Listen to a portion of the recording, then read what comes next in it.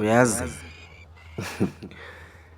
kwekho ndinokuzichola ndincumile ndithi xa ndizichwetha ndizama ukucinga le nto indincumisayo, ndizolisa ingcinga ndizichole ndicinga ngawe. Ingqondo ndiqengqela umfanekiso-ngqondo noncumo lwakho olucacileyo, nditsho ndivume ndim othamsanqekileyo. Nxatsho ndinoncumo oluchaza ukuchwazeka nokuchwayita kwam. Gqiyazana lam entliziyweni wam nguwe ochongiweyo, esihlalweni esikhethekileyo nguwe obekiweyo. Noxa namhlanje sichwayitile uze ukhumbule zisekho iindlela ezithambekileyo. Ndithi xa ndikucinga ndisibone isizathu soncumo lwam esakhiweyo, kumaphupho am nguwe ondisekileyo. Ndithi ndakubona ndizive